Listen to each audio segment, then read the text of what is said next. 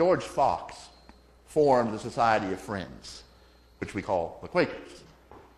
And during a period in his life, he was struggling with his faith, and he would go from church to church and interrupt the service, actually interrupt a sermon when he had a question for the preacher.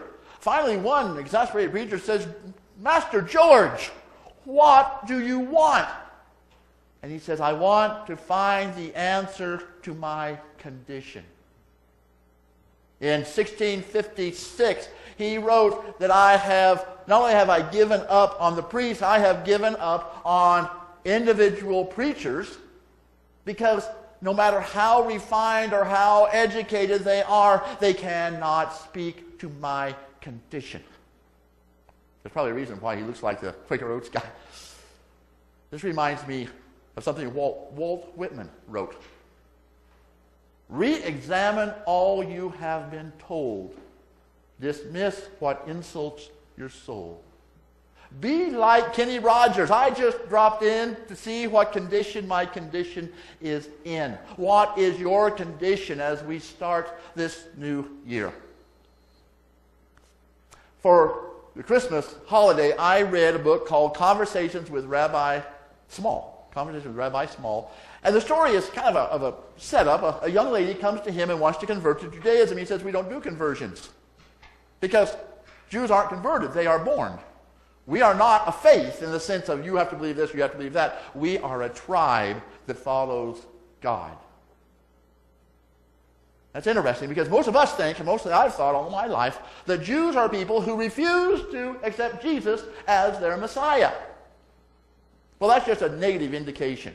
That's me defining my line between me and Jews by what they do or don't do. They're different than me. They don't accept Jesus. Now, for them on their side of the line, it's a different indication. They do not have a belief system. They have a life.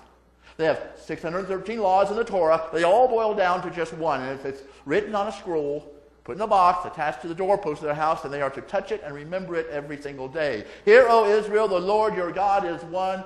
Love the Lord your God with all your heart and soul and mind and might." Jesus taught this. Remember, Jesus was Jewish on his mother's side. And that's all that counts, my rabbi friend says. It's the mother who carries forward the Jewish nation. Jesus taught this. He taught that he did not come to remove the law, but that we would observe every jot and tittle of it, every dot, every I, cross every T, but we would know why. And that's the difference. We would do it, not because we belong to a family that does it, but because of the love God has shown us. It was Paul. You remember Paul. Paul did not like Christianity. As Saul, he worked to destroy this upstart Jesus and his movement with what? He's a God, he is resurrection, all of this. But then Saul experienced Jesus on the road to Damascus. You remember the story. And he suddenly saw that it was not the rules, it was Jesus. And the disciples didn't know what to do when Jesus was gone. After the crucifixion, they didn't know where they were going. And then Jesus returned. And they saw him. They heard him. They talked to him. And they ate with him. And that changed everything. And for Paul, it's the same thing. As long as Jesus was a concept out there, then you could be against it. But suddenly Jesus became a reality in here. And the world changed.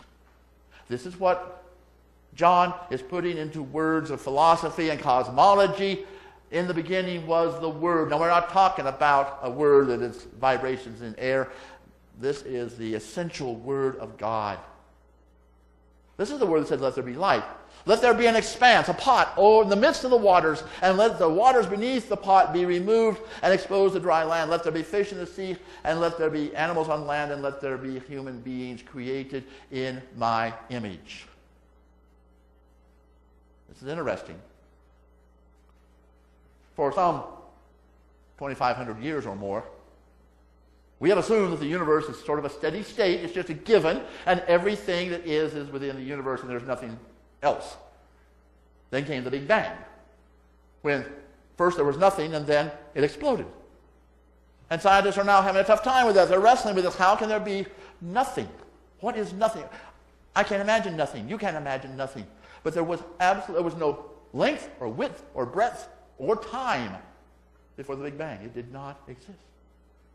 So if God is just part of the universe, as are all the other gods, then how could God create the universe? God stands outside the universe, and when there was nothing, God was. You understand?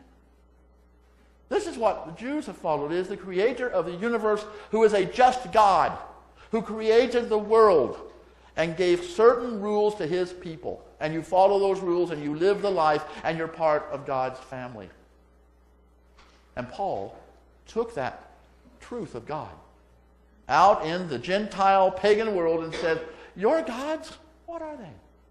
This is the God we can know and we can understand. We can worship not by ourselves, but through the sacrifice of Jesus Christ. For in the sacrifice of the Messiah, the blood poured out on the altar of the cross, you are free. Completely free. Absolutely free. I love that way. Not just barely free, abundantly free. Not just skin of your teeth free. Not just nick of time free. Not just free in this little area, in this country or this county or this town, but you are abundantly free in the love of Jesus Christ. And here's why. Anything you do in love, you're free.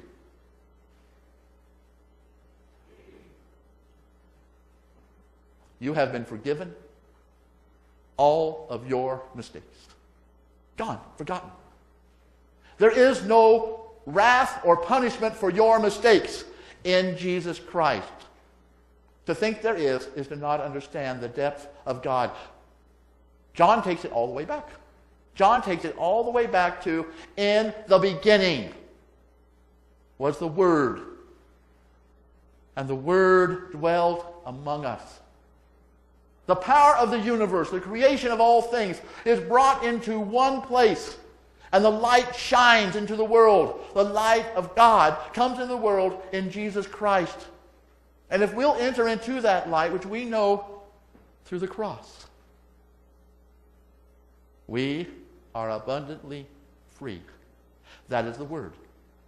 That is the answer to George Fox's question about his condition. That is a fulfillment of what Walt Whitman was saying. You are free to live with the fullness of life in Jesus Christ. And to understand how close God is to you. God is not way out there. God is so close.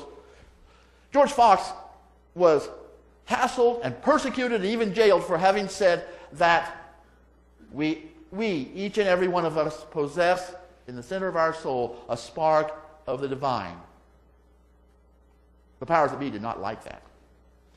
They wanted to make sure you went to church and you did all the right things and you said all the right confessions and affirmations and you signed your name at the bottom of the paper that says, I am a Christian, I'll always be a Christian. Then they can know you're a Christian, and they can also know if you didn't keep those rules, you could be excommunicated. Fox said, I don't care. The spark of the divine is within me and with each and every person. Or another way of saying it is Jesus Christ is your center. Your center. That's hard to understand. So we have a meal. And we take the bread, the body, and the wine, the blood, and we make it part of our body and our blood. And so that we know that Jesus, the body and the blood, is within us. And then we become the Word.